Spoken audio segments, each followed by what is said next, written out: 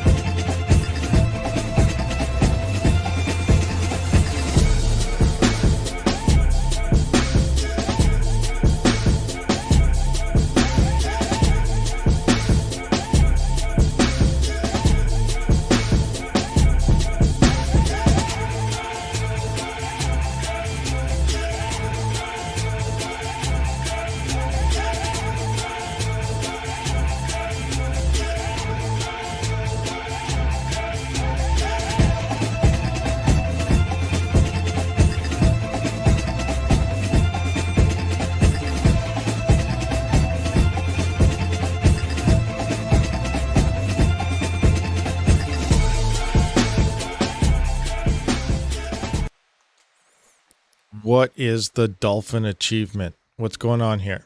What's going on, everyone? Welcome to the Rabid Mining channel. And today, you know, it's a Saturday. Hope everyone's having a great weekend so far. And we pretty much do an AMA. You guys ask me, questions. We roll with it and then we Google it. Actually, we don't always Google it, but you know what's going on. We're pretty random here. We do whatever we do want. So without further ado, be sure to hit that like button, guys, and let's spin that intro.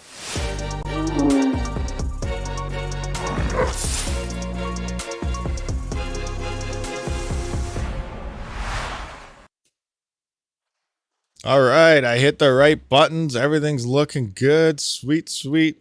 Nice. Let's do a roll call. Oh, what do we got going on here in the live chat? Who's all here? Oh, Stingy, of course, in the big blue. Thank you for the 20 knock. And no, I have not made it to the grocery store. I only go like once a week if I'm lucky. I try to stay away from town because, everything that's going on. But yeah, I do not have any Canadian bacon yet, but I do have something here. I don't know if it's on your list or not, but I was thinking of you again, and I got something to show you, and we'll look at that in a few minutes. But let's do our roll call and get everything going. Ogre MGTOW, what's going on? For EMH, Mano Miner, Justin Miner, Dave Collins, and you asked for snow, I believe. And no, I didn't get a bowl of snow. I could have got that. Oh, snow. It probably would have melted by the time it sat here in a bowl or something. Unless I got a whole bunch of it, and then I would just drip water everywhere. But Justin Miner, Funwiser, what's going on?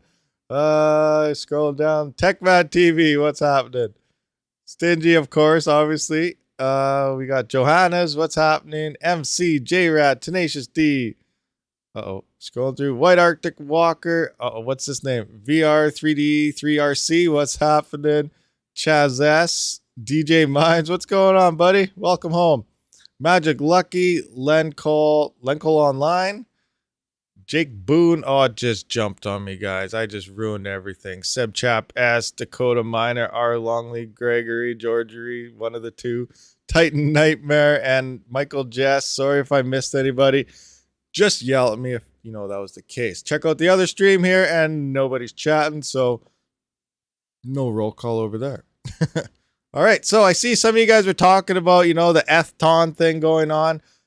Adding it up, potentially increasing your daily GPU mining profits by anywhere between, depending how you run it, 20 to potentially 50%. That's some nice, decent gains moving forward if you think about it. Again, it uses more power and whatnot. I went into my spreadsheet here just so I could confirm what I was initially going to say. But yes, TON does not use any memory. And as we know, Ethereum does use memory. I was looking back at my A2000 hash rates here. I'll adjust my screen. I always forget about this.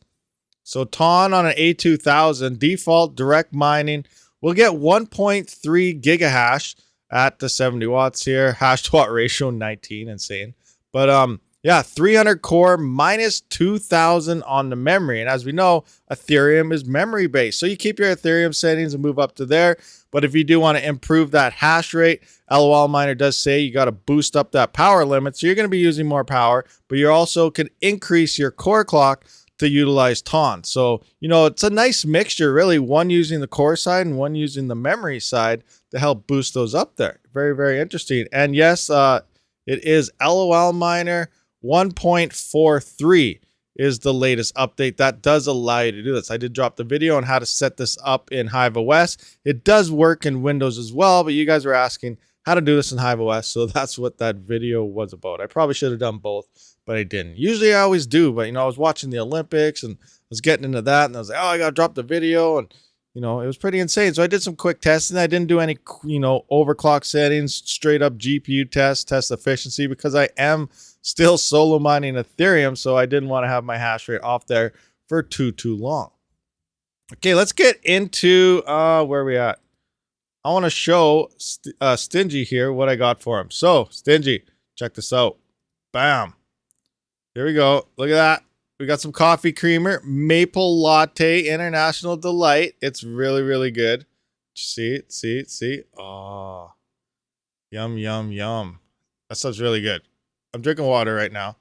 So, but that's some coffee creamer right there. It's maple, so it's, part Canadian. I believe this was actually made in Quebec. I don't know if it's imported or if it's strictly 100% Canadian, but, it's something I got in Canada. It has the leaves right there. Look at the maple leaves, everything. And another thing, see now we have the camera out. I wanted to bring some attention to what my future plans was for CPU mining. I'm going to be pulling away from the mic a bit, so hopefully you can still hear me. But I made these. These are those 3D printed stands I was telling you guys about the other day here. So I could stand them up, but I kind of ran into a little issue. And I got to find my tripod. Hold on, I'm going to cut the camera for a second and put this on a tripod so I can kind of show you what I got going on here. Take that off.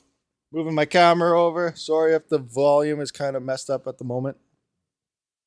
I keep talking to myself, pretending, you know, someone's listening. Hopefully someone out there is listening to me. Might not be. Do your own thing. All right, so hold on. Screw it onto the tripod. Moving it down a bit. Okay, there we go. I can't really see that very good, so I'm going to do some adjustments.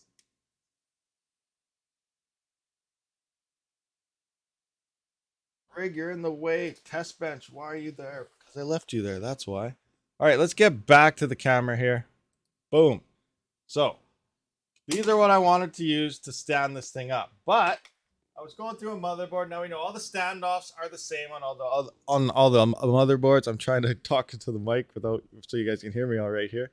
So, here's just an older motherboard I have laying around. It's your Gigabyte H110 D3A. It's blowing up, kind of, mostly because I did pop it right about testing the power supply a long time ago. Where's the issue with it here? I can't find. Oh, right here. You guys see that? Right there? Look at that. So I popped it here, made a lot of smoke. That was a long time ago. I had a 1600 watt Platinum Edition PSU I picked up used for very, very cheap. So I was like, you know what the heck? If it works, it works. If it doesn't, it doesn't. And I think there's something wrong with it because as soon as I plugged it in, my voltmeter did say voltage overload. And before I managed to turn it off, this thing popped and started smoking everywhere. So this is now a dud motherboard. So I can just use this for prop purposes. But the issue I'm having, remember, I was saying I wanted to stand up my motherboards like this. But you know, obviously I wanted to reverse it. So all the weight, so 180-degree flip. So all the weight of the cooler would be down here. But the issue I'm having, I don't really know how to edit these. Some people say they use Blender and stuff, but I'd probably really mess it up. So I need these edited because the holes don't line up on this side. So I'm going to show you what I mean here. Look at, if I go here, you guys kind of see right there. And now look how short the other one is. I need it way up here, not down here to screw in. But I was thinking I could still maybe do it if I kind of gripped it, because it has a little clip at the end. See, there's a little clip here if it focuses. So I can rest that in here and kind of bend it back a bit to fit like so. Yeah, see that? So I can go like that. There's a little bit of stress on it, but if I put 2 or 3, it might still work. But if this ever breaks, then it would fall over. So that'd be bad. So I'm up in the air on what I want to do here. I think I could still get it to work this way, but I don't know. We'll see what happens. What are your guys' thoughts on that? Could you guys even hear me talking there? I was a little bit away from the mic. Hopefully, you know, everything was coming through. So yeah, what's your guys' thoughts? You kind of see the dilemma I'm in right now. I picked up some nuts and bolts and everything the other day here. So, you know, I have everything ready to hook it up, but it's just, you know, I'm kind of up in the air of having that 3D printed thing break because of too much strain on it. Whoops, pop goes the motherboard. Yeah, pop goes the motherboard. Mount them to the board and the motherboard to that. Mount them to the board and the motherboard to that. What? Did you watch the Flux AMA this morning? There was a Flux AMA? No, what happened? What was going on with the Flux AMA? Who was AMAing? Were they being interviewed? Were they had their own live stream? What was going on? I was not aware of this Flux AMA thing happening. So no, I did not watch it. Fill me in, guys. Fill me in. What's going on? 2Miners ping tool. Can you show how it works and why it is important since you solo mine it? 2Miners ping tool. I don't even use their ping tool, but you can ping the pool, yes, to see your, I guess, your latency to the pool. And why it is a good thing to use is because that's where stale shares do come in. So you want to be every time you send a share, that is a share that could potentially unlock that block. And if you find the share that unlocks the block, you want to have it hit in the pool as fast as possible. And if, say, you and some other guy find the share at the exact same time, but his connection or something is faster to the pool he's using, yours will be the stale share and his will go through and his could unlock that block when solo mining. Now, the same thing comes into play when you're just pool mining and not solo mining. That's where your stale shares come in. That's where your internet connection does matter. And the lower the latency, the better, because every time you fire off a share, other people are firing off shares as well. And if their share is for the same, if it's the same share found, same reward or multiple, whatever you want to call it, the mathematical equation, if it's both the same one that is found, whatever one gets there first is going to be the accepted share, and the other one, that everyone that gets there afterwards, will be the stale share. So it's an accepted reward, it's an accepted computation found, but you got to get it there before everybody else gets it there, and that's where you see your stale shares. And that's, I guess, where the ping tool, I've never used it, so I'm not even sure. But, that's where the ping tools for pools come in. You can see your latency to the pool. And ultimately, when you're mining to a pool, you want the lowest latency possible so you can fire them shares in that much faster. Now, it's not going to increase your shares found or anything. It's just making sure your share gets to the pool before anyone else's. The AMA announced 2 new parallel assets that are being released and beginning in May. Oh, interesting. So they already have 1 parallel asset. Now, what are the other 2 parallel assets? So that's insane then. So that'd be 3 in May. So you mine in Flux, you'll get Flux in general plus 3 other merged mine type of coins. Now, you know what? That's going to be a nice bonus. But if those other coins are worthless, it doesn't really matter. But, that's another thing. That's another thing to add to profitability. So that's exciting news. Very exciting. But still, with what's coming, everyone can say what they want. GPU mining, it's not looking good in the future after Ethereum. Flux can have 20 parallel assets coming at you. The amount of hash rates that's going to hit, nothing's going to be profitable at this point. So we need some massive price jumps coming across these other GPU mineable coins in order to sustain the hash rate that is coming in. They have 6 total parallel assets currently with a max of 12. 2 new ones in May. Oh, they already have 6? That's insane. I don't know. I haven't really mined Flux too much. So definitely going to have to look into that. Now, that's the other thing. Like, what do you guys do right now? If you logically think about this, because of that difficulty increasing and all the profitability, your daily yields on all the other coins, they're going to drop like massive amounts. Like we looked the other day at, like, say, Ravencoin. 8 by or a 12 by 3080 rig mining 16 or what coin was that? That was Flux mining 16 coins or something a day will drop down to like 3 coins a day on a massive rig like that. So, what are we going to do? How do those parallel assets actually work into that?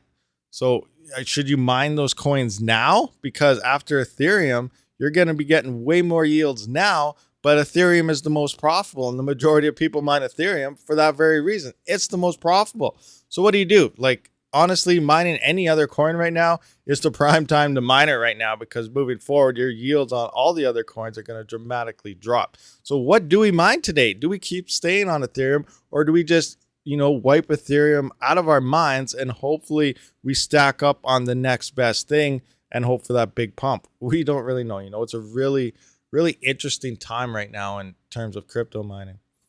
Got super lucky yesterday. Hit 3 blocks on my solo rig. What? Kevin Smith, what are you talking about? What'd you hit blocks on? Did you say? Did I miss it? Kevin, what did you hit blocks on? You hit 3 solo blocks. Nice. Octopus. Is that Conflux? That's Conflux, right? Is that the Octopus algorithm? No. Yeah, it is. View count jumping all over. 3 Flux blocks. Oh, you smashed out 3 Flux blocks. Nice. Very, very sweet. Good job. So Flux mining was, very profitable not too long ago. People were solo mining it, was more profitable than ETH, but obviously Panda dropped the video and everybody started solo mining it. So is it the profitability still up there like it was? Probably not, because that difficulty does change. It was 150 Flux, says 2 more for me. Cortex is Octopus. Let's have a look at what to mine. Octopus is Conflux. Yeah, Conflux is Octopus. And you know what? Oh, Conflux. I don't know what to say about them. They're profitable. They used to be very, very profitable. Now, if you know the backstory on Conflux, I'm kind of iffy about them because they pretty much lied to their whole community. They lied. And what I mean by that is when they first announced Conflux and it was coming out, it was really profitable. Everyone loved it. And they said, we're not going to do a halving or anything for at least 4 years. So, they guaranteed that this is what the block rewards were going to be and everything. And then like it was like 3 months after that announcement, and like 3 or 4 months, after they initially released, they did more than a halving. They like 75% it. I can't remember what the original block reward was. So as an example, say it was 10. It wasn't 10, but I'm just using that as an example. Say the block reward was 10, so a halving would be at 5. So they literally dropped it down to like 2.5 or 3. Now those aren't the numbers for it, but that's what they did. They over halved it just out of nowhere, and they said, "Oh, it's a community vote. We did this. Conflux profitability just tanked. A whole bunch of people left it, and they have a love-hate relationship now with the mining community." Now, some people don't even know about that. Other people that do know about that, they hated on Conflux for a very long time, and some of them are like literally like blackballing. Like, I'd never touch Conflux, and I don't know. I'm up in the air. I'm kind of one of them. But at the same time, moving forward, if it's profitable, obviously it's going to gain miners because it's profitable. So, but in the back end, because they already did it once, what's going to stop them from doing it again? They could become profitable again. Moving forward, bam, they slash everyone away. They do whatever they want at the time. They're not in it for anyone else but themselves. So that's my 2 cents when it comes to Conflux personally. But, you guys can obviously have a different view on them. When you mine Flux, you also mine the parallel asset, all 12, but only get rewarded whenever the other assets are announced. Yeah, that makes sense. It's kind of like the Litecoin Doge thing, your merge mining kind of thing. I'm assuming that's how it works out. Now, which parallel assets are currently out? I'm not even really sure. I know Minerpool, minerpool.org, they have the parallel assets going on. Now, if we go to Flux here, let's take a look at this. Great pool, and when I do plan on mining Flux sometime in the future, this is the pool I'll be using. Let's see here, Flux Solo. Click on it, mine it, click. Does it talk about the parallel asset thing? They're supposed to be revamping their website here to a wicked UI. I saw screenshots of the new UI. It's already awesome, but it's gonna look a lot better than this moving forward. And it's not saying anything right here. It's probably on the other page. Right on the top here. So, okay, right here. Flux parallel assets. Get plus 39% more rewards mining Flux. Automatic conversion to the main chain Flux coins sent to your mining wallet. Okay, so you're getting credited for the parallel assets, but it's like they're converting it into Flux and then, just paying you out in that extra 39% worth of rewards. So now there's going to be more. So could this, mining rewards go up to maybe 45, 50%? That'd be very interesting. I'm gonna have to look back into that and see what's going on here when it comes to Flux, because Flux does have a lot of mainstream content going on now. People are looking at it. It's opening up eyes, and it's one of the lead contenders for the miners to move to after Ethereum is gone. But like I said, at the current rate, the current price, current everything, it cannot sustain even 5 times the difficulty increase when, upwards. There's like Flux has like 200 times the hash rate to come in on it. So that's insane. There aren't that many people mining it right now. And after Ethereum, there could be a lot of people mining it. So profitability is going to dramatically drop right there. Ravencoin's the same thing. They have a loyalty program. Now, it sounds like I'm 100% shilling them right now. I'm not currently. I'm just, really enjoy this pool. This is where I mine Ravencoin as well. Depending on your hash rate in there, you get free Ravencoin based on the hash rate that you have per week. So, that's one thing I really like about Minerpool. They're trying to give miners, they're there for the miners. They're trying to boost your rewards, keep miners obviously at the pool, and all this other cool stuff. This is how Minerpool does it currently. KDA, ETH, BBC, TRX, and Sol. Yeah, Gregor, you're right. That's exactly how Minerpool does it. They're doing their parallel asset thing. They're converting it into the coin that you're mining, and you're getting an increased boost on it. I like Ravencoin. Yeah, look at Drawn KB. He likes Ravencoin. A lot of people like Ravencoin. Bitsby Trippin loves Ravencoin.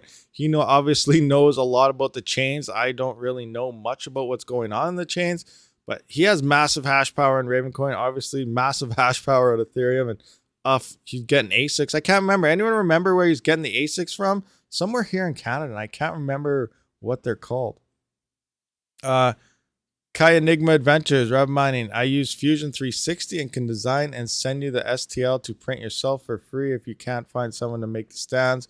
Would probably take about an hour of work. Oh, sweet. You know what? That would be awesome. Are you in Discord? Join the Discord. DM me. We'll get that happening. Because, yes, I would definitely love a revamped version of this. And yeah, we can talk about it because I'd like it to angle back a little bit more so that we do have, I'd like a longer base at the bottom, a couple other things. So we can work on the little tweaks here. But if you could do that, that would be absolutely amazing. That would, that'd be awesome.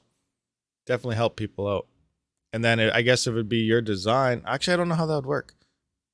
I don't know how the rights to these things actually work. So I don't know. Because I was like, then, if people wanted these, somehow we could work something out and get these printed off for people as well. And, other things. Because I don't know how the Thingiverse, I don't think you can commercially print stuff for people off any Thingiverse type of files. So I don't know. We'll see what happens.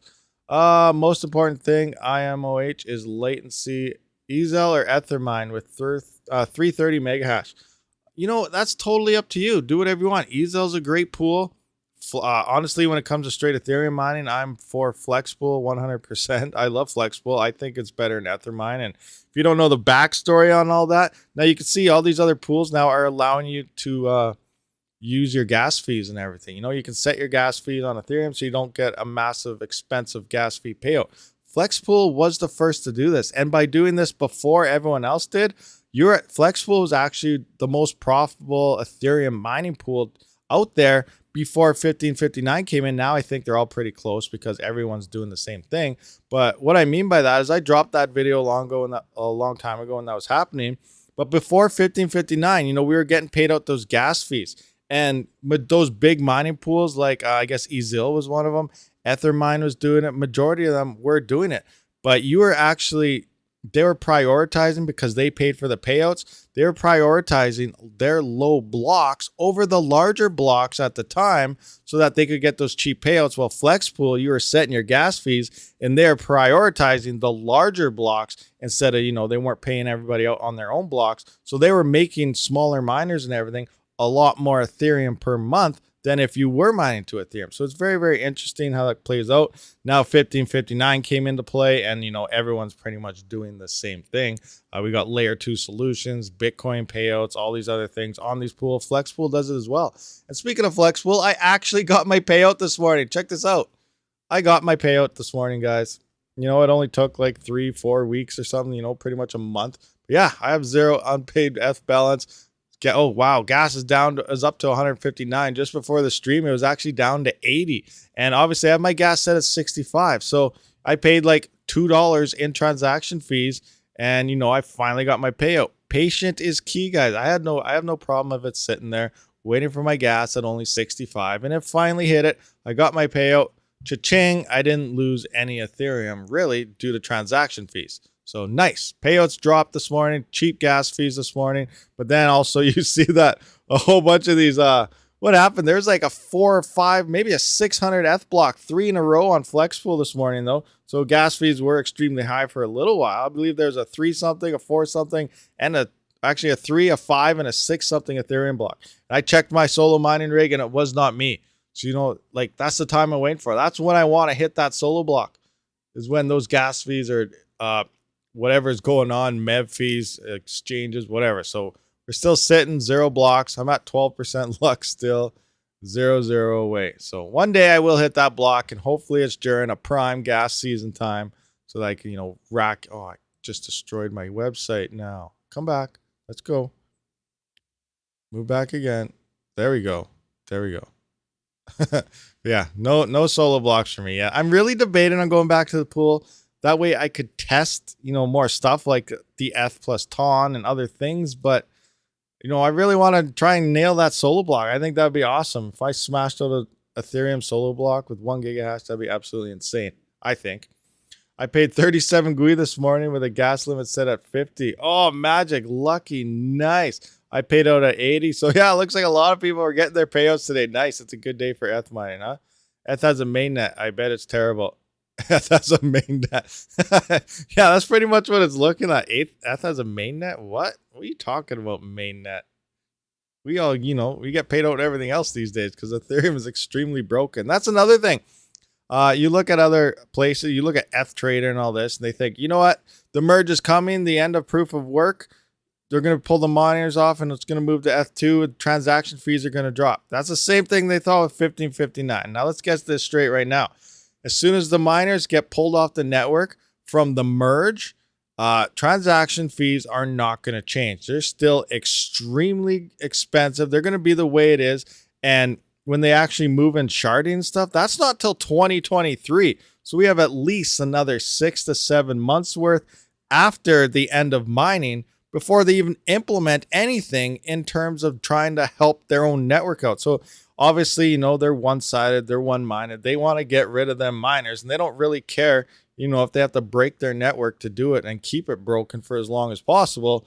As long as they get them miners off is almost what it's looking like. So it's pretty insane. You think you would fix your network and then, do your transition over instead of, just focusing on getting rid of the miners and then, doing it afterwards after, it's already there. Like, I don't know. I don't know what's going on there. I'm not the devs, obviously, but RabidMining, I just sent you a DM in Discord. Sounds good. I will check it out right after the stream. We'll get to work on that. Paul Doherty, Zill can be mined for a minute or so several times a day. There's pools that switch over to it automatically, or you can configure your mining software to do this the same. Yes, you can do that. I've never configured it to do it myself thing. So essentially, yeah, you could do it mining on any pool if you configure your miner right for it. But like I said, I've never done that. I've only used like EZIL.me when I have done it before. If you want to, if you want to use EZIL.me, I do have a link in the description for a referral code.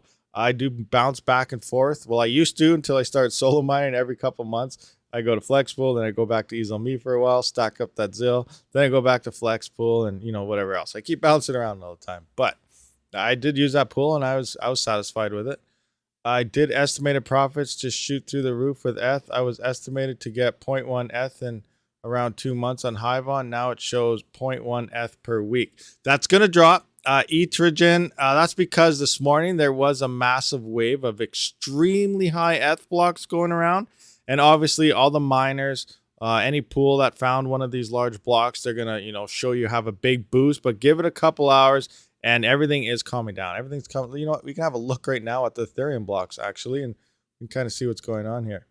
So adjust my screen. This one. Yeah, it's a little better. So right now, look, you can see we're right back down to 2 ETH, 2.3, 2.3, 2.2, and so on.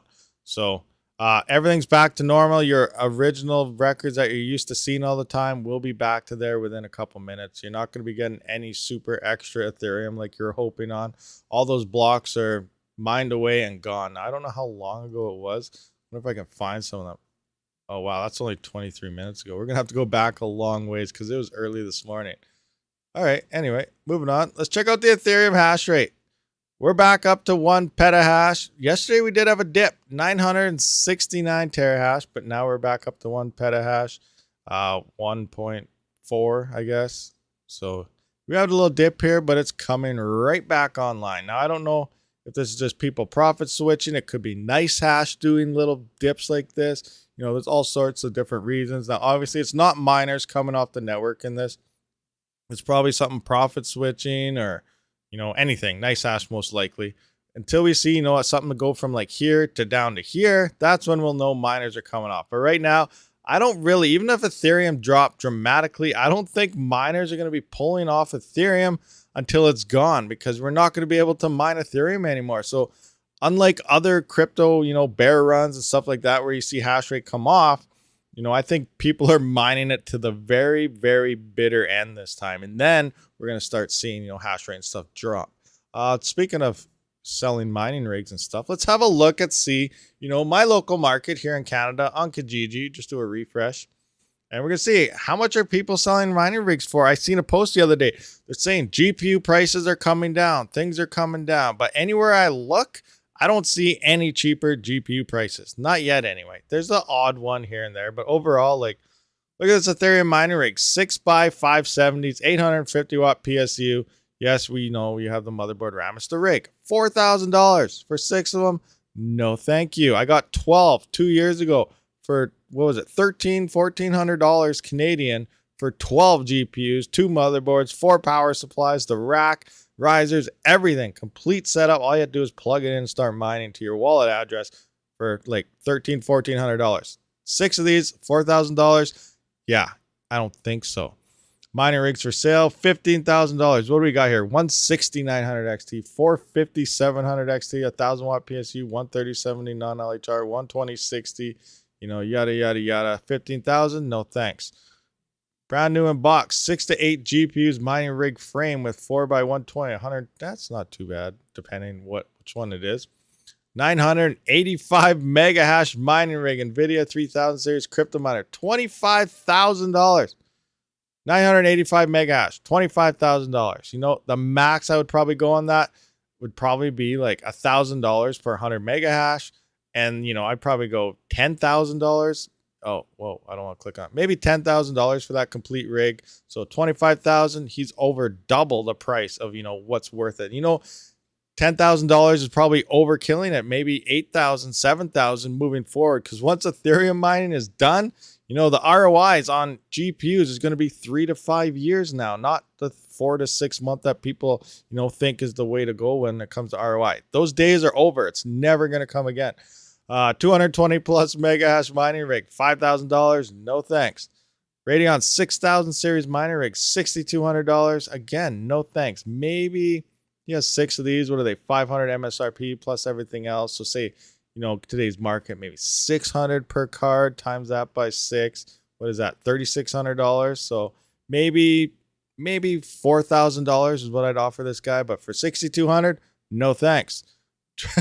Triple PSU adapter for a crypto mining rig, $30. That's not too bad, but you still don't want that. Server PSUs is the way to go, not ATX. Their efficiency curve is in the first 20 to 25% on ATX power supplies. Remember, the future is king. When it comes to crypto mining, it's all about efficiency. And ATX power supplies, the peak efficiency rating is at the 20 to 30% mark, maybe 25% of the low end of the PSU. So, you know, everyone's trying to max out through 80% and stuff other PSUs. You are way better off efficiency curve style running server PSUs if, you know, when it comes down to absolute efficiency. If you want to get picky about it, server PSUs are the way to go. ATX PSUs, the curve is in the wrong spot when it comes to crypto mining. They're designed for gaming PCs and everything. So keep that in mind as well. Workstation stuff.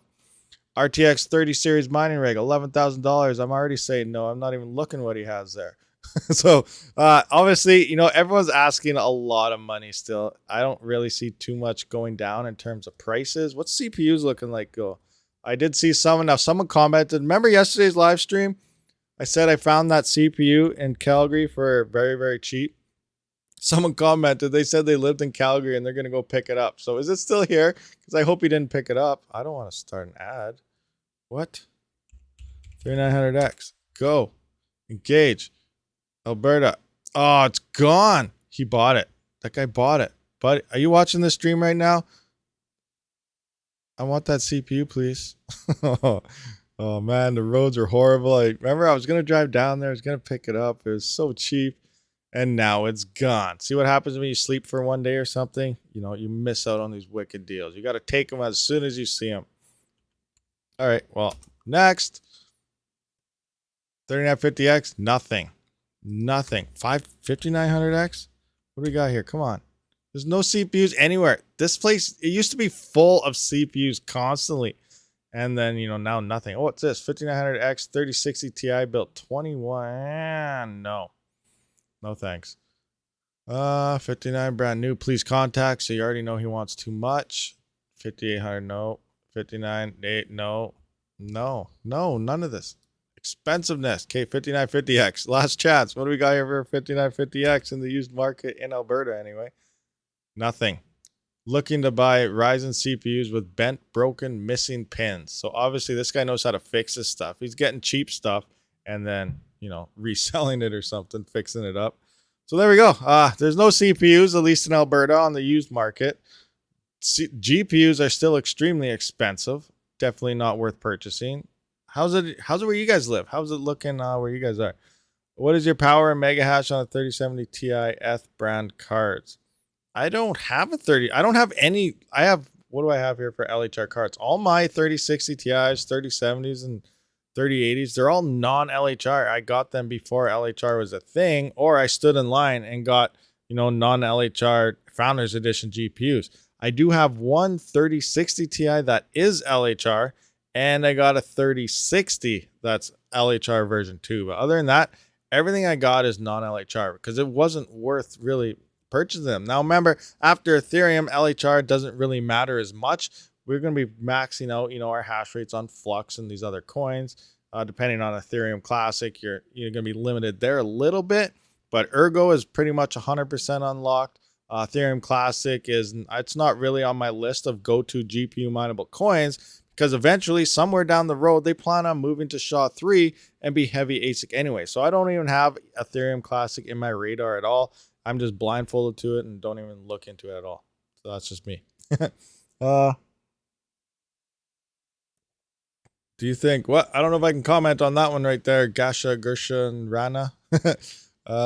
In Canada, man, in Quebec, everything gets sold so quick. Yeah, I bet.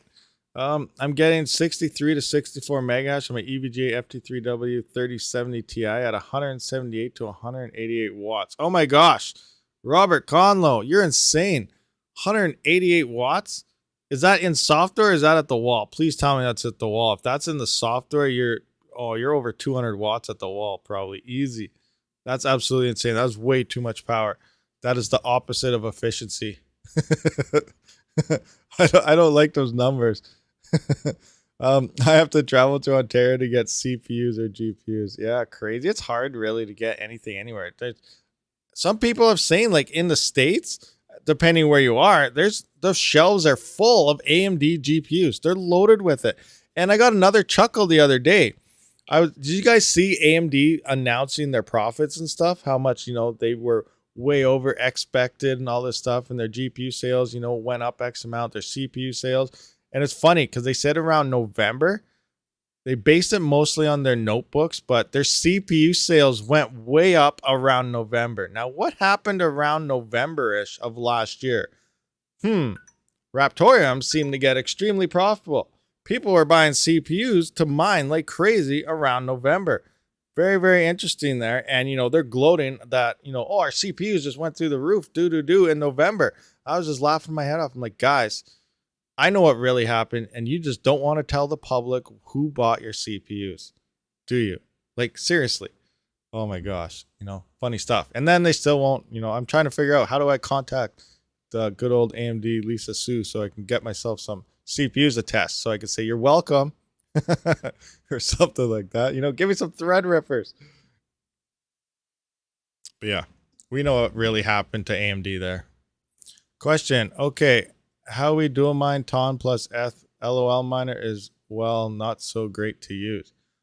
How do we TON plus ETH? I did drop that, Paul Doherty. I do have that video right there. Look at it. Boom. ETH plus TON. Increase your daily profits. I set it up in HiveOS right there. Let me adjust my screen. Yeah, you guys should be able to see that. So yeah, it's right there. That's how you do it. Click that button. It's my latest video as of this morning.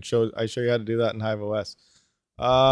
You bought them all. Yeah, I wish I could have bought more. I didn't buy them all, but I helped some people out there set up literally 34 plus rigs through emails. It's like, help me, I need to set these up. I just got 34 3900 X's and all this stuff. And I was like, wow, it's insane, awesome.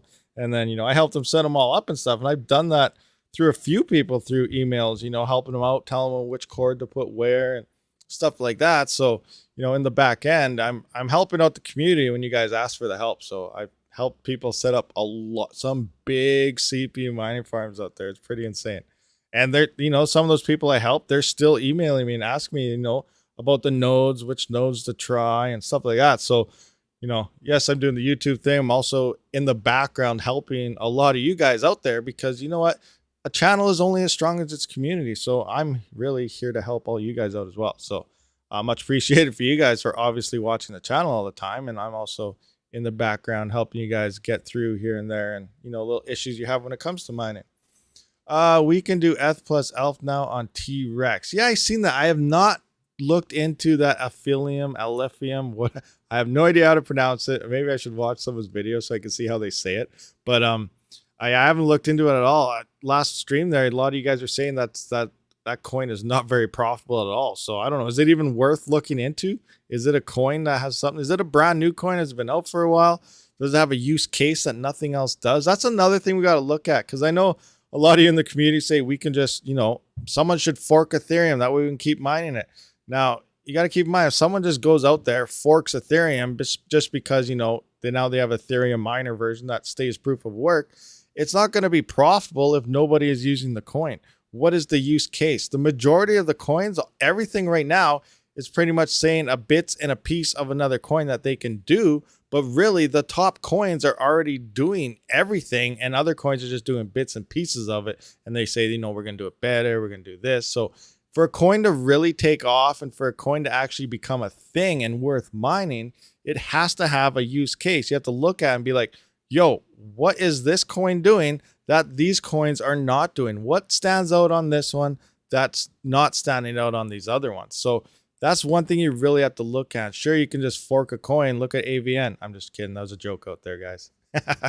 I'm just joking about AVN. But still, you know what I'm talking about. You can just fork a coin and, say you're going to do a bunch of stuff. And then how long does it take you to do it? Is it doing something different that something else is not doing? Or is it doing something that a lot of things are doing, but it has fixes that, a lot of people disliked about something else? So you need really a coin to stand out in terms of improvements, in terms of a lot of use cases, and just simply forking it and saying it's going to do something. If it's not a whole bunch of things, it's only one thing or a little thing, it's not going to do very well. And I don't think, it's probably not worth mining.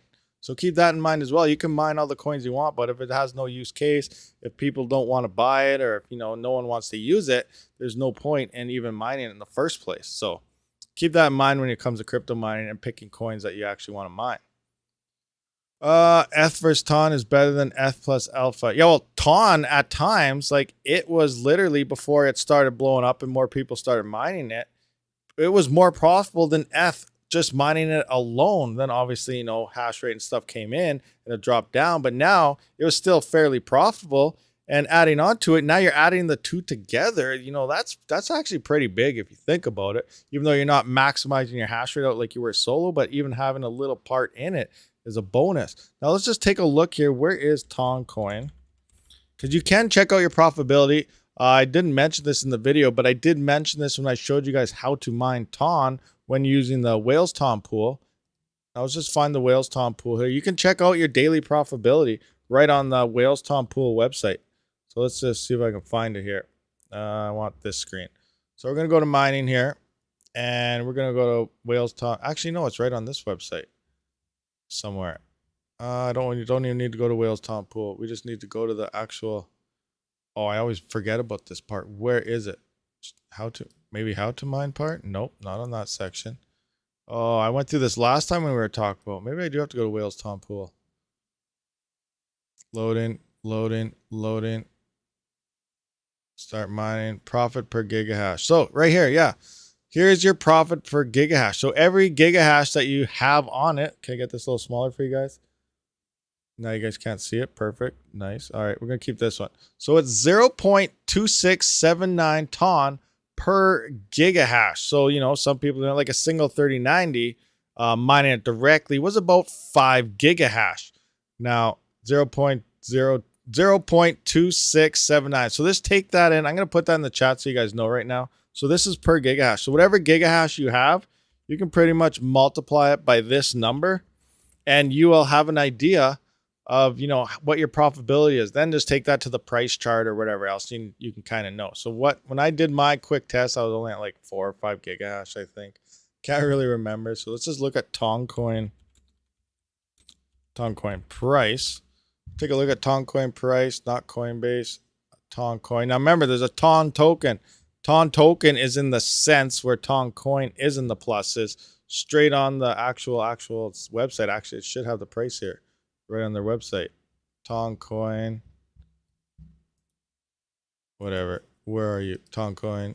Right here. TON coin ticker. So yeah, it's $2.69 currently. So you don't even have to look it up. It's right on here. TON coin, the price, $2.69. So I'm just going to add that up by the number I just gave you here. So we're going to go 2.69 times 0.2679.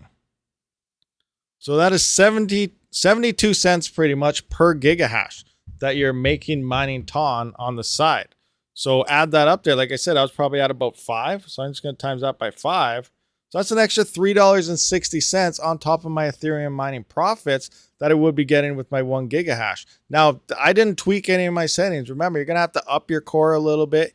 You're going to have to increase your power limits. They even recommended not even setting a power limit. Now, I don't recommend that personally because, oh, your power is going to go way up. And depending where you are, I don't know. This may be bad. Some people are running SATA on their rigs. Today, 2022, there's still people running SATA on their mining rigs for Ethereum stuff, which you may get away with it depending on your GPUs, 1660s, whatever. But, people start doing this and not even thinking. Maybe they're already power limited or getting close to their power supply. You start adding this extra power on, which is a big thing we're going to see after the end of Ethereum when people start moving to Ravencoin and not really thinking and just doing it. People are going to start melting wires. People are going to start overloading their power supplies. People are going to start, having huge wrecks moving forward. And I've been kind of talking about this for a few months now, but it's going to happen. So think before you actually do something. Just like, that thing. Think before you dig. Well, think before you swap algos. Think before you increase your power. Other things can happen in the back end. Make sure you have everything secure and ready to roll, whether it's cable gauges or anything, when you start increasing power limits across something that you're already used to mining at X amount of power.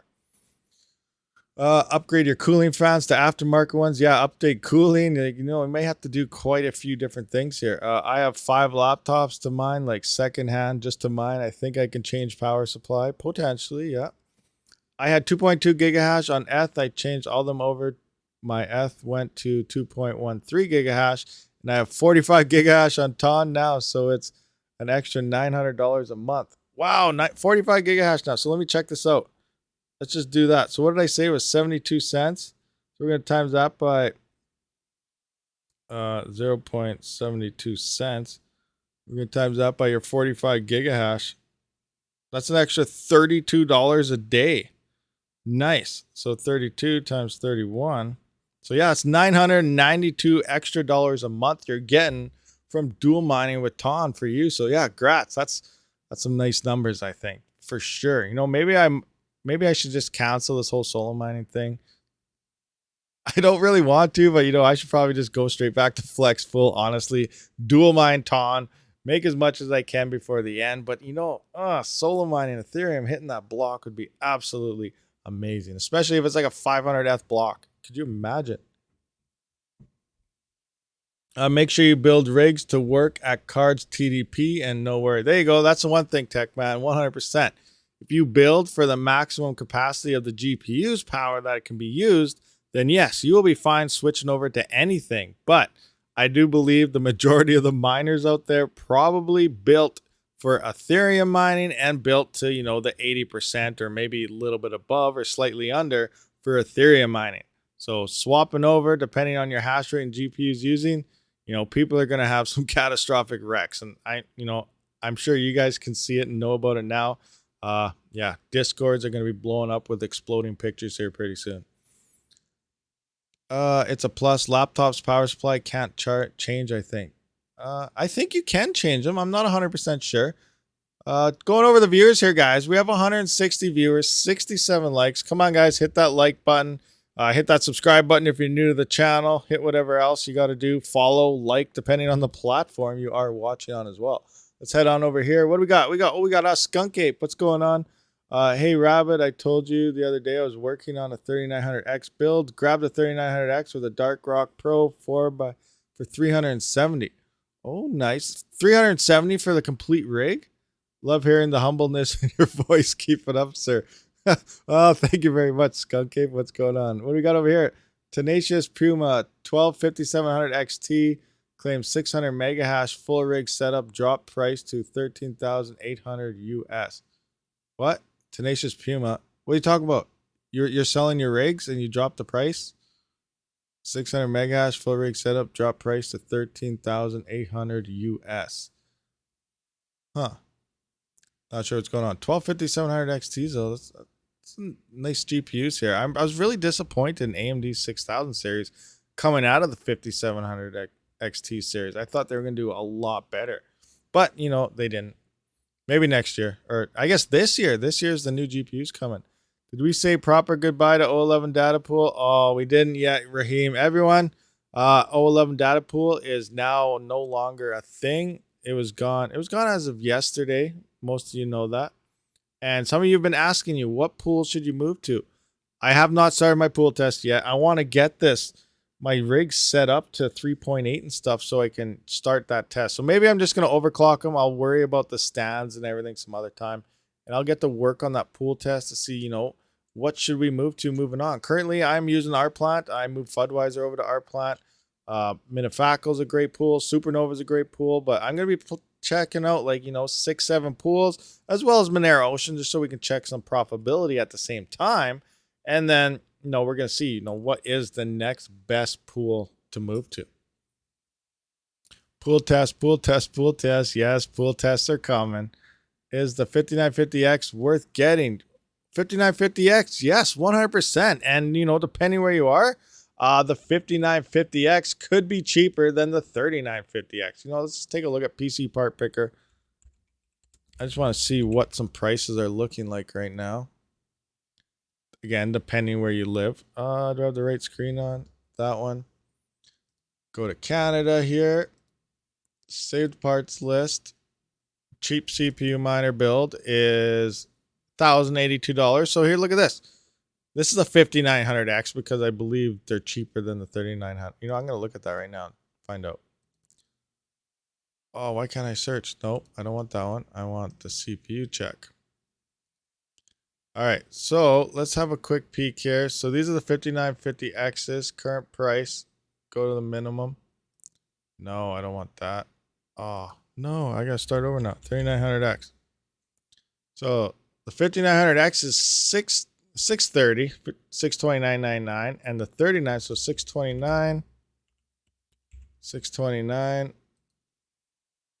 Are you serious? $702.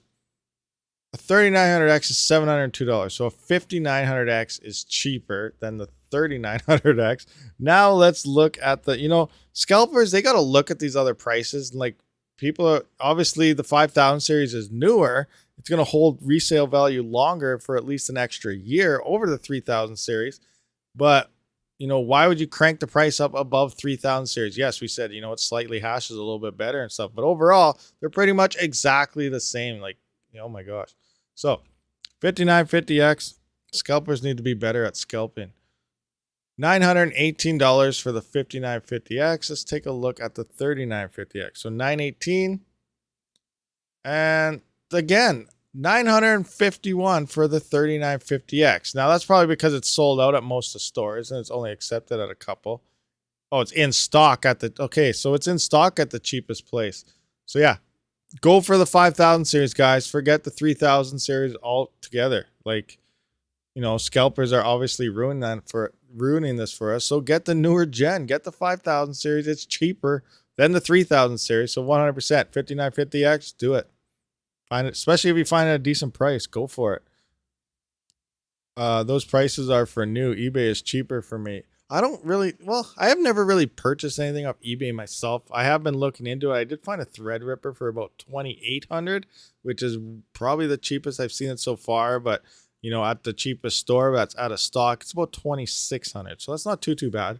But yeah, I might start looking to eBay a little bit more. But again, I'm up in the air. Everyone's trying to trick you with buying a picture of it or, a written diagram or something dumb. So really read the descriptions on what you're purchasing on eBay. It's loaded with people trying to rip you off. Those prices are for new. Yeah, it is. Running a single 3900X CPU on Minifaco 45 RTM every 24 hours. That's pretty good, I think, actually. Ranger Vapes, Minifaco. Nice. Minifaco, I butcher the name, it's a good pool. When I was testing it, it was very profitable. I like that pool too. Mine RAPTOREUM, let's just take a look. A single 3900X. What are they telling us it should be getting right now? 47. And you're getting 40, what'd you say? 45. So yeah, you're within margin depending on the snapshot. Plus depends on what you're running it at. 3.5, I believe I only average around 3.1 because I don't run at these higher overclocks. I like to save my power and not run inefficient, but some people like to crank it up. It's depending whatever you want to do.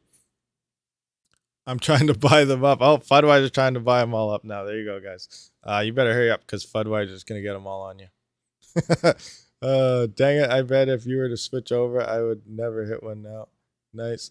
Yep. Sometimes it's your pool that hits. Sometimes it's two miners, Ethereum, etc. Luck of the draw. Yeah, 100%. You never know which pool could hit it. There's so much hash rate sending in shares, and that's just the way it works. Now that's the way a difficulty works too. If a block was found a little bit faster in the past X amount of time, that's when the difficulty increases because it tries to make sure the block is found at the same time all the time. So that's where you can find blocks. The odd time are found a bit faster, and the odd time it's found a bit slower. But there's a difficulty that'll increase or decrease based on the time that it was found, and it'll adjust that to keep it around the exact same time. And that's why, increased hash rate makes it your rewards and profits per day drop down all the time. Have you been mining in Dilemma to switch to Solo? To be honest, I've been many times in Dilemma. I know I've been Dilemma a lot, but I always fail at solo mining. So I don't really know what's going on there. 166 viewers, 93 likes. Come on, guys, hit that like button. Hit that Threadripper fund too. The good old super chat, the Threadripper fund always comes in handy. We need to test some Threadrippers here. But yeah, who knows? Everything's so overpriced right now. Hopefully sometime in the future it drops. So TON works with the same settings, optimizations that are already in place for Ethereum, CPUMINING, power limit. Was it Andrea Maracinicua? I butchered your name, I'm sorry. But yes, S settings work totally fine. But TON, we looked at it. Here's my A2000 hash rate test. Make sure you guys can see this. So here's my A2000 hash rate test. Can't see that very well. There we go. You still can't see that very well. I'll switch the screen to this one. So you can see ETH, Flux, Raven, Conflux, Rio, yada, yada, yada. But TON, minus 2,000 on the memory. Now, this is Hive OS. I believe in Windows, if you're using Afterburner, you can only go down to like minus 503 or something. But it hardly uses any memory, and TON uses more core. So 300 core minus 2,000 was getting me 1.3 gigahash. This is direct mining TON on an A2000 GPU.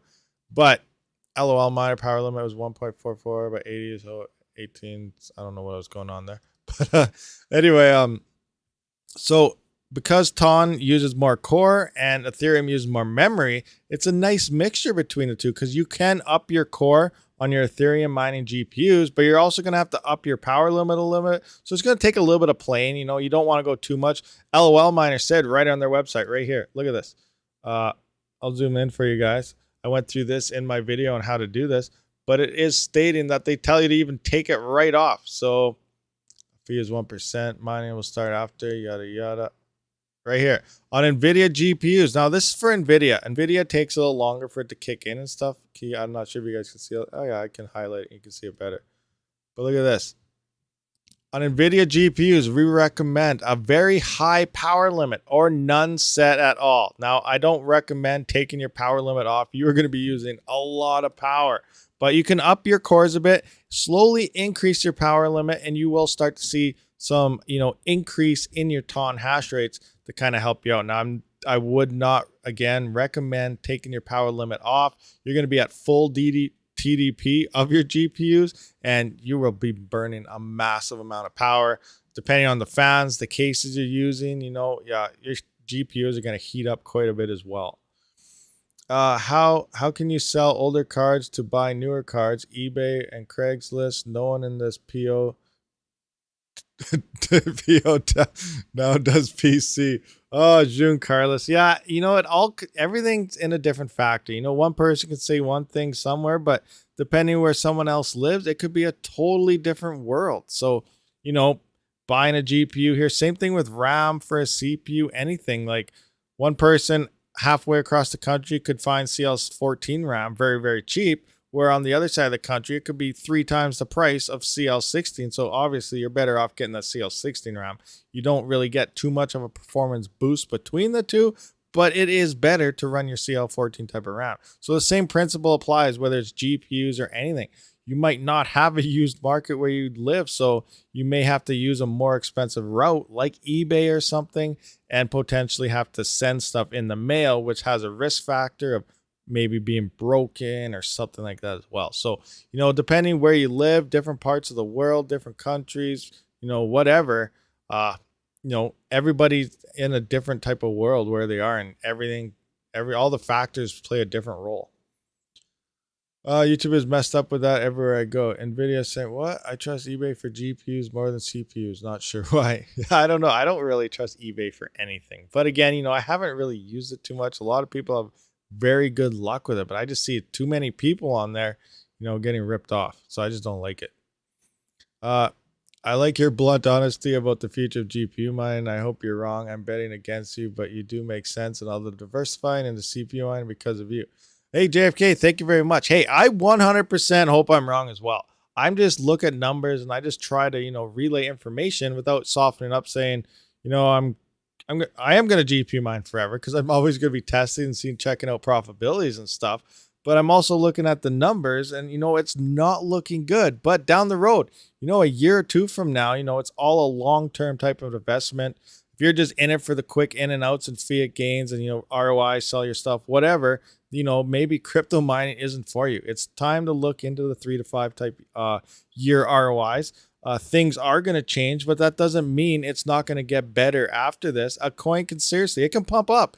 We have no problems. A year or two down to now, the next big bull run, which is probably going to be after the next Bitcoin halving in 3.5 years or something now. You know, we could see massive price gains. Flux could, you know, really pick up with all this NVIDIA partnerships and everything going on. So there is a future out there. Like GPU mining won't die per se, but you are going to have to run very, very efficient. You're going to have to optimize all your rigs and everything. And you're going to have to look for the most efficient ways to mine crypto in general. So, you know, things are just looking pretty grim right now, but the future does not mean that, you know, we can still see some massive profits in the future for sure. Rabid Mining, Bitsby tripping powered risers using SATA for a bit, but he had low wattage cards. Yeah, I did see him use some of those super low ones, but he also has that tester. He shows you how they do go. And he tested it and I tested it as well. 5700 XT, you can see upwards of 90 watts at the riser. That will melt a SATA. That will melt majority of Molexes as well, depending on the gen you have of, you know, on that. So always just be safe and use the PCI Express. But yes, low end ones, you can definitely run, you know, SATA if you want to, but just don't get into the bad habit and do it forward. Like GPUs are getting more powerful. Every time GPUs come out, they're getting more and more powerful. So just start phasing out SATA and stuff now. You won't have to worry about anything in the future. I don't think we're going to see the old bull bear cycles anymore with the advent on DeFi.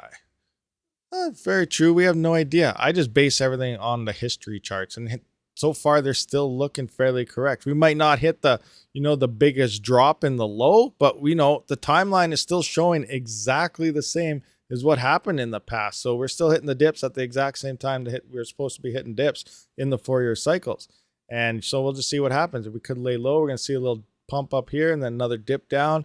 We'll see what happens in about 2 or 3 months, because that was in about 2 or 3 months time. March, May is the all-time low from the all-time high in the previous history record. So moving into the next couple months, it could play out that way. It might remain consistent where we're at right now. It's still too soon to tell. Nobody really knows in general, for real. Nobody can tell you what's exactly going to happen. So just take all the information you get around and make the best choices that you can for yourself. Oh, Magic Lucky, good for them, mate. Really hypes me up because I like these and free, generally happy for them. I don't know what's going on. GT 745M. What? I'm late. What did I miss? Did Rabid say to mine AVN again for more profit? Eric Schlerziger. No, I did not say that.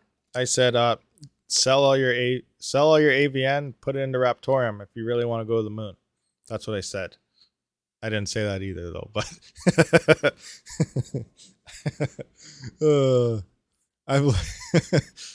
I'll race you on a solo block if I can mine it. Kevin Smith, I think the same. It is a new age. Yankee at 2 p.m. Oh, crazy. So, do we have any other questions out there, guys? What's going on? What's happening? Oh, I forgot about something. What's going on here? Oh, I just got a price alert that UNI just went down 5%. So we were having a nice bull run. Everything was going up nicely today. But once something starts dropping, I do notice that. Do you guys notice that? Do you have like alerts set up on your phone for different things?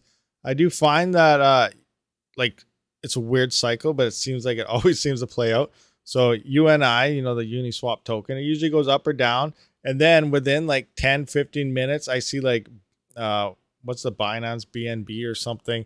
It'll follow, it'll go down a little bit. And then about an hour later, I'll see Ethereum drop. And then about a half an hour later, I'll start to see Bitcoin drop. And then the same thing and vice versa. I'll start to see UNI or something go up. And then the same pattern, 10, 15 minutes, BNB is going up or down, depending what UNI just did. And then Ethereum goes up and then Bitcoin goes up. So it's pretty insane. If you have alerts set on all these other coins and you watch it for a while, you can get an idea if like I just said, if you want to do something like on Ethereum or Bitcoin or something.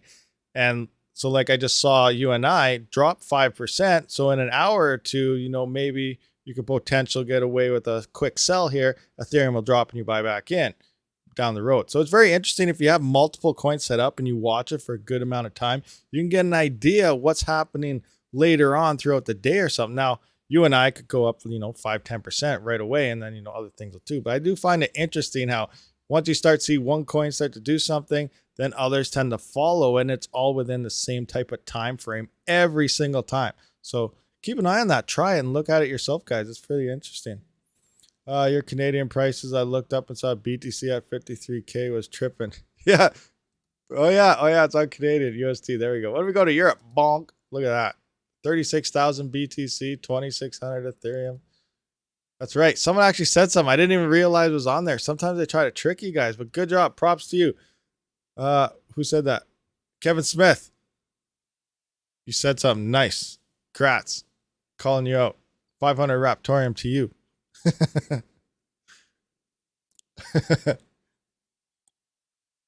Maybe Rabid will hit one of those 300 ETH blocks at become the next instant millionaire. Good. Yeah, you know, that'd be awesome. And obviously I'd share the wealth with all you guys. 300 ETH, that'd be sweet. 600 ETH, that'd be even better.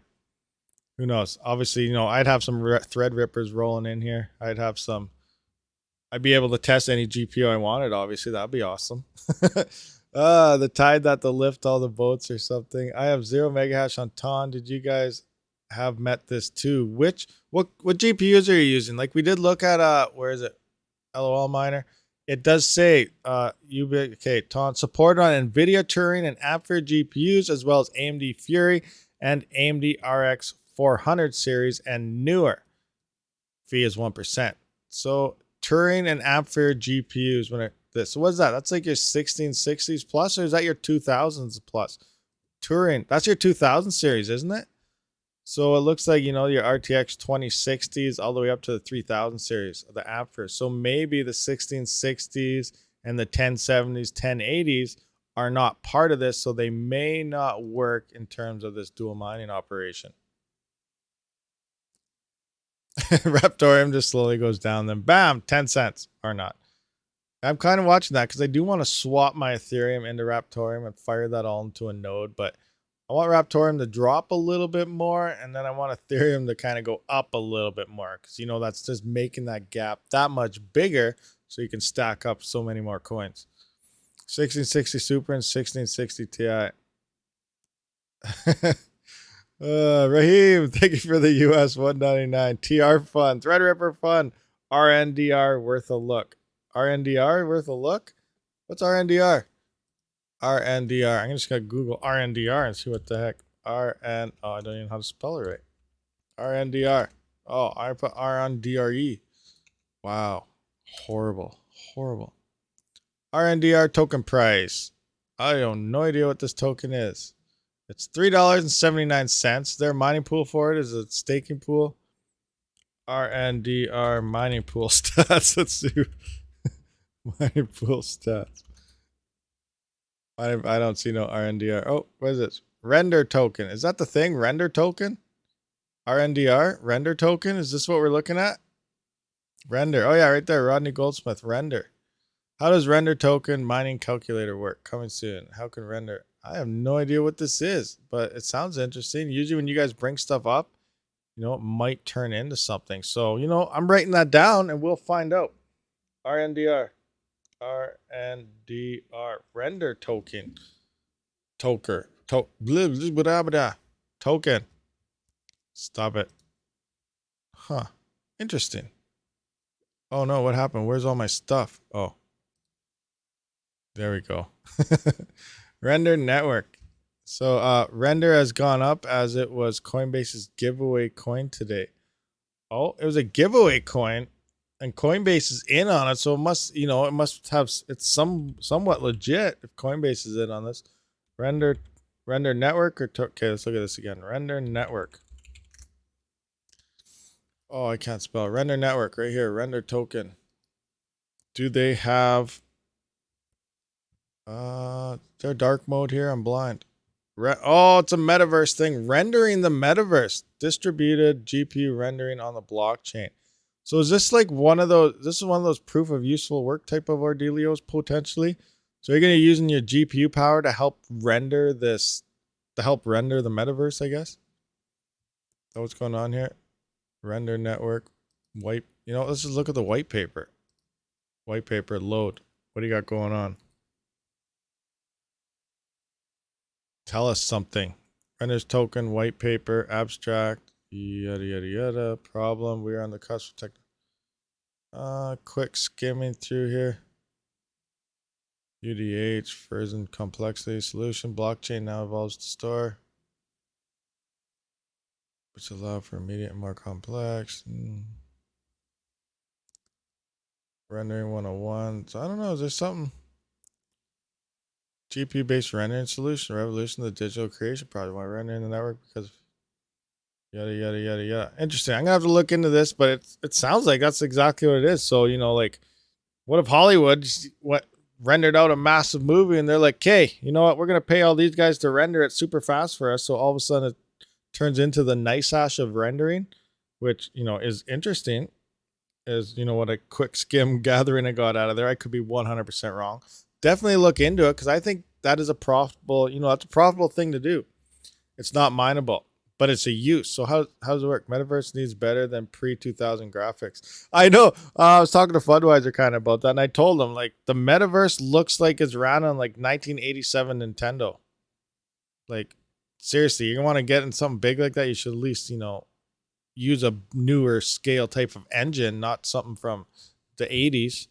So I don't know, all these people are buying all this property worth billions and all this stuff within this pixel related old Nintendo style game engine, which does not make any sense to me whatsoever. But that's just me. Massive whale movements towards it. Yeah, like I don't know what's going on there, or if it's just the newest thing, so it's a massive price gap and people are trying to get it. So then you just push it as hard as you can. And hopefully more people get on it. But really, you think you need something a lot more updated than that. It should have a lot more higher expectations. People are just lowering their heads and walking into it saying, "Oh yeah, this is good," when it's not.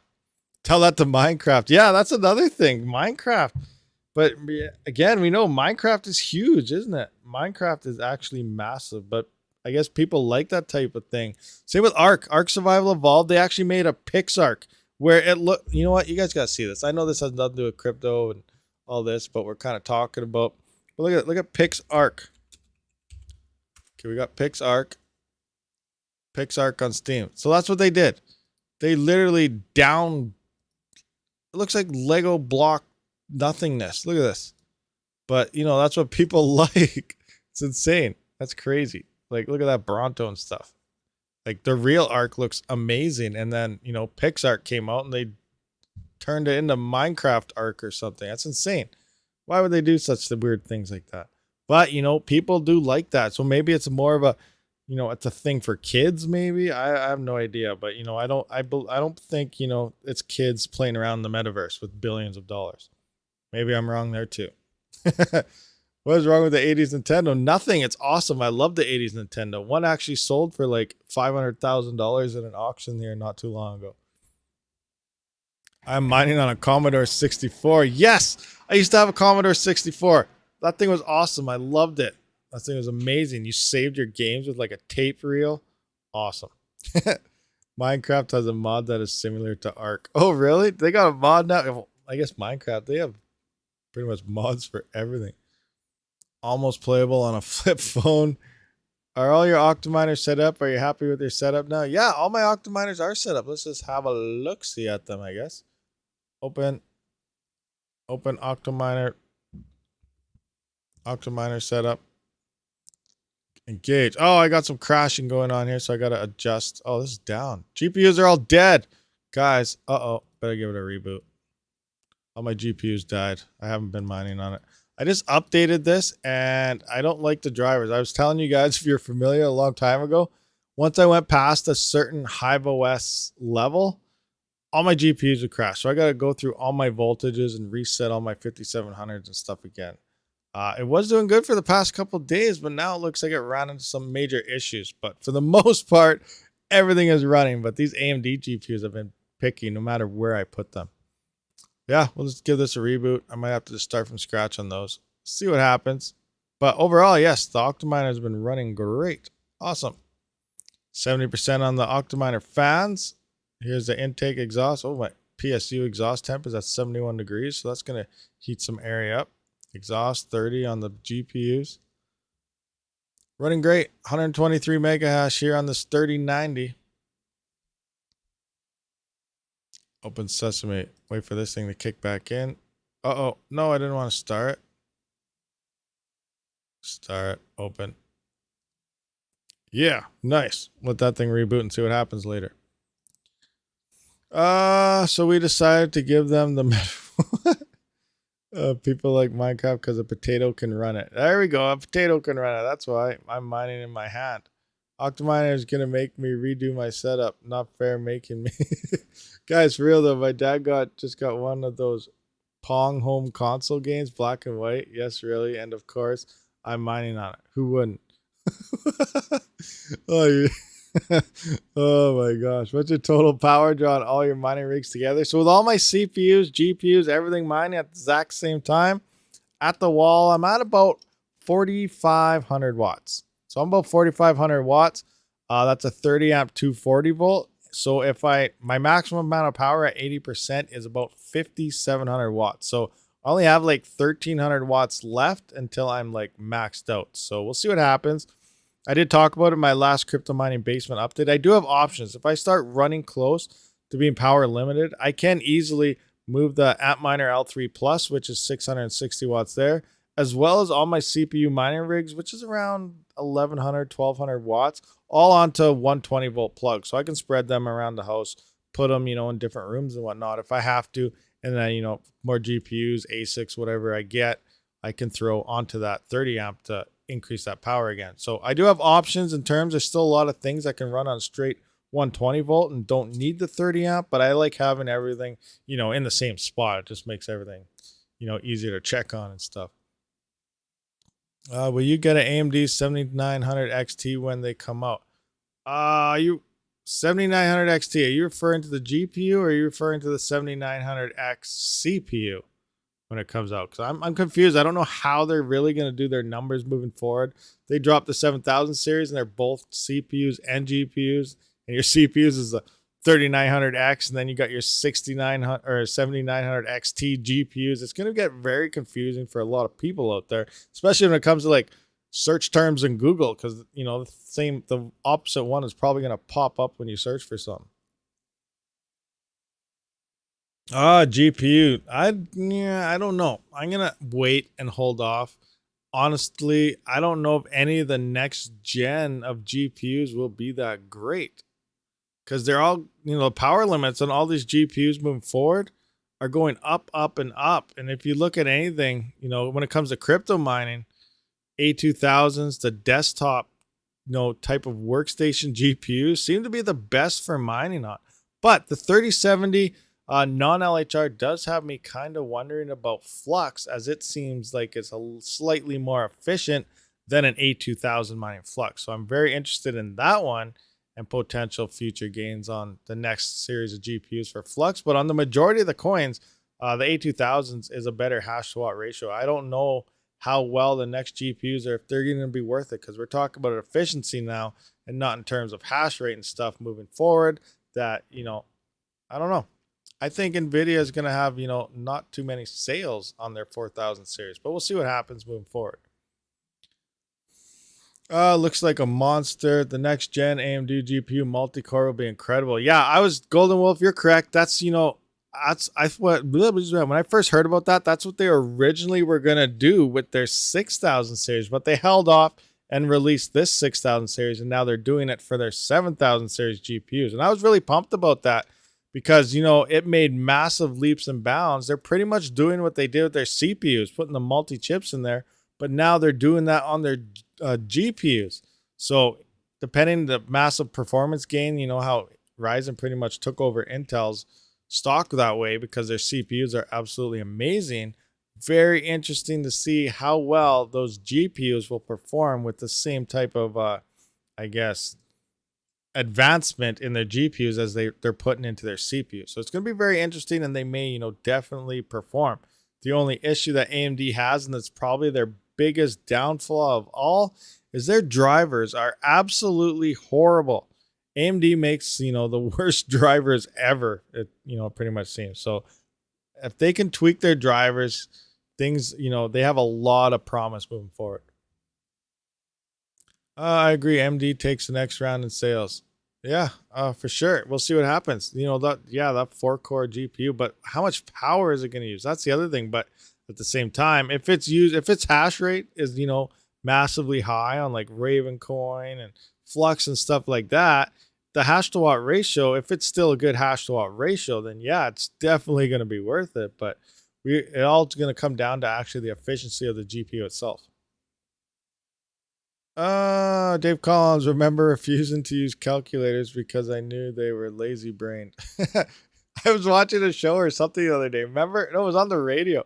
Remember you hear the saying when you're a kid or something, you're in school, it's like, you better learn how to do the numbers in your head. You're not gonna be walking around with a calculator in your pocket the whole time. And then it's like, fast forward today, everybody has a phone in their pocket which has calculators on it. So like, it was kind of funny because, you know, now everyone does have calculators in their pockets. So kind of funny how that worked out. Is Ethermine broken? Why is estimated payment so high? Mata M. Well, Ethermine, when big blocks are found, they are notorious for showing you massive amounts of increases, like 1,000 Ethereum per day type of things, where you're making $1 million a day. But what happened earlier this morning? Gas fees were actually really, really low, but then the price started pumping up. I don't know if there's an NFT drop or anything in between there, but there are some massive miner tips that were withdrawn. Maybe it's people set their gas wrong in MetaMask or something. MetaMask is really a bad thing when it comes to new people using it, because if you set your gas fee wrong, you know, pretty much all your Ethereum's gone as well. But, you know, there's some massive miner tips going out there, and some pools hit some huge blocks, anywhere from 3 up to 600 ETH per block, you know, a few of them. So in your dashboards, depending on the pool you're using, Flexpool hit some nice ones. Ethermine hit some nice ones. I think Hivon Pool hit some nice ones. So everyone's daily earnings see massive increases. Now, we just looked recently, everything's back to normal. It was only for a span of maybe a half an hour, 15 minutes that these blocks were coming through. Everything's back to normal. So don't expect, that's going to maintain any more long. Heck, we just hit a 2.5 one here, actually. That was 17. Go back to first. So yeah, we're back down to 2.1, 2.0. So it is slowly going to tick down. You're not making any massive amounts that is telling you on your dashboard. Now, if we were hitting that blocks constantly all day long, then yes, those numbers would be fairly accurate. Right now, they're not. It's going to tick down. It's going to be back to normal. So, don't look at that and be like, whoa, what's going on? Because nothing's going on. We're back to normal again. 360 mega hash per card. Hey, Golden Wolf, 360 mega hash per card? That'd be absolutely insane. I don't think that's going to happen, but hey, you never know. But AMD is saying that, their GPUs are going to be twice as powerful as the current 3000 series NVIDIAs, which makes a lot of sense. If they're really putting the 4 cores in there, they bring their CPU technology into their GPUs. They're going to be massive, beastly GPUs. But how much power are those GPUs actually going to take? Are we going to have like six pins on that thing, or what? You require a 1200 watt PSU with every single PCI Express plugged into that one GPU? Probably not, but we could see some, pretty big increases. NVIDIA, what was their new TDP? It was announced like 550 watts on their 4000 series. That is absolutely crazy. X would melt most people's mind. Curious, how do those massive ETH blocks happen? I thought EIP 1559 was supposed to burn that. Kevin Smith. Now I don't know the full details. Is Max Voltage still in here? He would definitely be able to answer that question for you. But pretty much before it used to be obviously the transaction fees would go in. So before 1559, you know, everyone going to transactions, everyone's using DeFi, NFTs, whatever. And if a block is filled up with transactions, then obviously it's going to cost more and more and more and more to get into that block and get it. So people start paying faster and faster transactions, and that increases the gas fee, which increases the block, because when the block's fine, 15 seconds after the block is found, it fills up with transactions, and the most expensive ones are prioritized over the least efficient one. That's where you see, you know, your high gas fees, your medium, and your slow ones, and it has like a time frame behind it. So, you know, it prioritizes the higher, more expensive ones to get those transactions through. Now, 1559 was set to burn all that. All those transaction fees are burnt, you know, no longer going to miners, but you can still have MEV, which is like flash botting in the background in between things. And then you also got, what is now the miner tip. So the miner tip is newer as of 1559, I think, but you can pay extra, kind of like how you used to with normal gas fees, pay the higher gas, but you can put in a higher tip, extra money to get that through. And that's when you usually see the higher blocks after 1559 is when these big NFT drops are through, because people are using DeFi, MetaMask, and all these things. And depending on how they calculate their gas, they're sending massive, expensive transactions through the network, which increases that block size picking up by quite a bit. Something like that. On ETH, there are transaction fees and mining tips. Transaction fees are burned, but tips are still included. Yeah, the tips are not burnt. Yankee on gas is low. Yeah, gas is currently low, but this morning it wasn't. Something crazy happened. As we know, ETH was picking up. Now, remember when ETH was before 1559, when ETH was crashing or going up, that was the prime time to be mining. You wanted ETH crashes. You wanted ETH peaks up. So, because like transactions, when something is crashing like Ethereum, Bitcoin, or whatever, that means people are buying. They're buying really fast, so they're selling really fast, trying to get in or out, depending if it's on the way up or on the way down.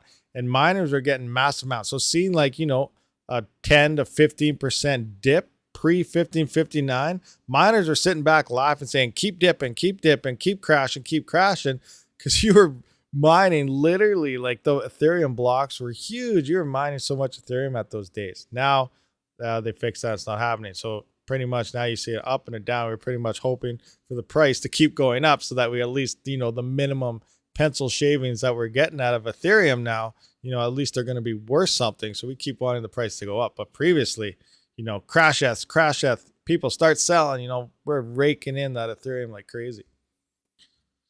Quick question. In T-Rex on LHR cards, do I have to add LHR Tune 68 to the miner configure, dual miner, auto tune? I just roll the auto tune. Auto tune as of 2 T-Rexes ago, or maybe it was 3 T-Rexes ago. Their auto tune is, you know, probably the best way to do it. You can manually do it if you want to really manually tweak your GPU, but the auto tune is, you know, 100% fine. Perfect. Does its thing. Well, I got to check the other platform here. Sorry if I was mistaken, people. Red Putz, what's going on? I see you over there. Do you also read Twitch chat? Finn too. Yes, I do watch it. Sometimes I forget about it. And I'm back over here on Facebook. What? Hi. How is everyone? Everyone is good. He is. Yeah, I'm watching it. You still here? I think Finn 2 left. He asked if I was reading this chat. And I don't see anything else new over here, though. Okay, moving back. Oh, wait. Never mind. What with reward? Gas is stupid. Yes, gas is very dumb.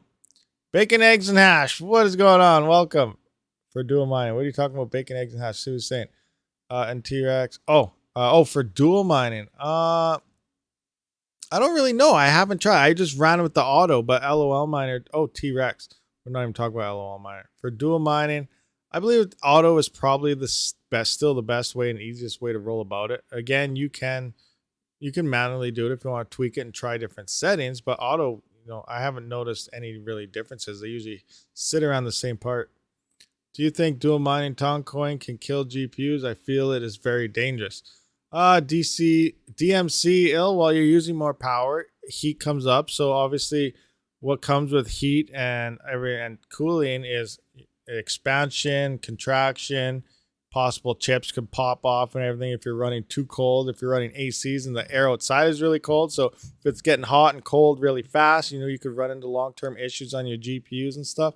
But, overall, Kapow, Ravencoin, it blows up GPUs all the time as well. So, you could say mining Ravencoin is it bad for your GPU? In short, yes, Ravencoin is bad for your GPUs.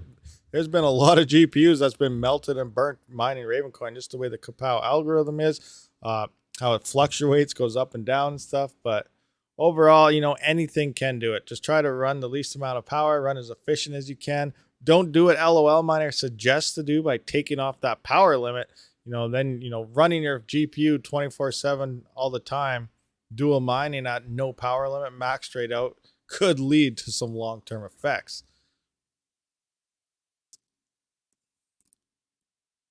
Fudweiser, all I know is $500 a nice hash cost me 19 cents to Coinbase.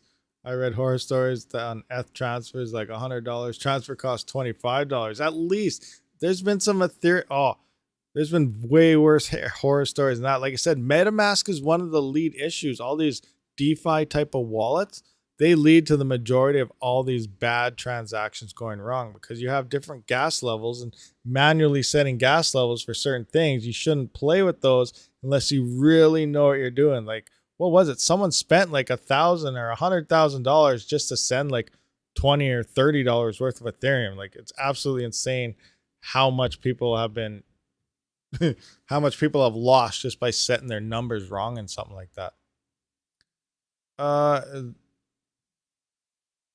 LOL Miner only recommends removing power limit if you core lock. LOL Miner only recommends moving. Oh, is it only if you core lock? Oh, that makes sense then, because then it's going off the power of your core clock. So I'm gonna have to reread that. Let me see this. Mining ton will start after about a minute on like chart, where it's important to on GPUs. We recommend a very high power limit or none at all. Plus locked core clock for ideal mining experiences. Variable clocks or lower power limits might give inconsistent or non-ideal results.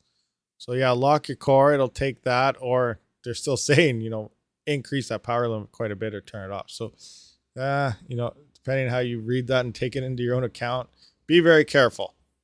I only had to take power limit off 3090 to get it to register TON correctly, but it's mining at 373 watts. Oh. I'm anti-ETH. I only mine it and sell it. Hey, that's the same thing I do. My Ethereum's all being used. And really, that's what crypto's for. It's to use. All my Ethereum goes into my channel personally. I'm using my Ethereum. So I buy, CPU rigs, GPUs, mining frames, anything. My PDU, everything I buy for my channel that I showcase is pretty much bought with my Ethereum and stuff. So, yeah, that's where my crypto goes. If you click the link, it will give you recommended course settings. Okay, well, check it out. I'll do some tweaking here and take a look into it. I usually buy one or Matic with ETH. XMR and RTM, I think, have the lowest transaction fees. Yeah, RAPTOREUM is a very low in transaction fees. Now, again, if RAPTOREUM was at like 5,000, actually, it'd still be a really low transaction fee because it's like 0.0006 of a coin or something to send amount of RAPTOREUM where. So yeah, even if it was at like $5,000, it would still be a really low transaction fee. I treat my mining as a sort of forced DCA. That's one way to, that's very true. That's a good way to look at you treating your mining as forced DCA. Because yeah, as hash rate picks up and difficulty increases, a lot of people say, it's not profitable. Why would I mine, what's it called? Why would I make 60 cents a day, 30 cents a day on my CPU? One thing I don't get, those, what are they mining? Like on one of my RAPTOREUM mining videos, someone's like, it's not profitable. You're losing money. But you're only making like 20 cents a day. Plus you have your power, which is more than that, and yada, yada. First, I want to know how much does their power cost and what are they mining? Because it's obviously not RAPTOREUM if they're only making 20 cents a day on a 3900X. So yeah, some of the comments out there are sketchy. I think it's a lot of people that either missed out on some coins, or they can't find a decent price CPU anymore, or they're 100% GPUs and GPUs only, and they really can't see anything else being profitable other than a GPU. So there are those types of people out there, and you got to just take everything, seeing where they're actually coming from. I don't really know. Litecoin, like Rabid said, is cheap transaction fee and accepted almost everywhere. Yeah, Litecoin is an amazing coin. It's not talked about that much, but I absolutely love Litecoin for transferring, Ethereum to somewhere, for transferring Bitcoin somewhere, for transferring anything anywhere. Litecoin is a good source for it. And also, set to have coming up here, so we could see a price boost. It's ASIC mined only, so obviously, you need an ASIC to mine it, but yeah. Mind is melting. Bacon, eggs, and hash brown always fell off Litecoin. Yeah. LTC transfer fees are also cheap. XLM2. There are many with low fees. Yeah, there's quite a few actually. Ethereum is extremely broken. 100%. You know what? I don't even know what the Bitcoin transaction fee is right now. I think Bitcoin went through a hard fork and actually reduced. So Bitcoin may be fairly cheap now, but you know what? How can we find this? Bitcoin transaction fee. Did I butcher that spelling? Bitcoin transaction fee. Can you see this? Merchants that accept Bitcoin also save on credit card fees with range anywhere from 0.5 to 5% plus a 20 to 30 cent flat fee. Bitcoin payments can be 20 to 30 cent flat. Average Bitcoin transaction fee. $1.79. Is that what it is? $1.79. February 4th. $2.20. I don't know. $2.24. $1.49. So not too bad. What's a Litecoin? Litecoin transaction. Litecoin transaction fee. Do they have it? They don't have it. Why is Bitcoin still popping up for all this? Bitcoin transaction. Fees per transaction. Bitcoin. Explaining Bitcoin. It's all about Bitcoin. I'm not sure what the actual fees are, but I do know Litecoin is very, very cheap. When I send, an X amount of Litecoin, the same amount ends up to wherever I sent it. Around $2 for BTC. So $2 is not bad. Obviously, Bitcoin, that's cheap. $2 is a decent transaction fee for whatever you send. Ethereum, you send $10, you're probably paying $5. XLM or Doge. I'm pretty pessimistic on the long-term future of ETH. It's only popular because it was the first. I've been mining Poly, Phantom, and Cardano on unmineable because once ETH2 comes, I'm guessing they'll explode. That's a very good possibility. What was it? Solano and something else.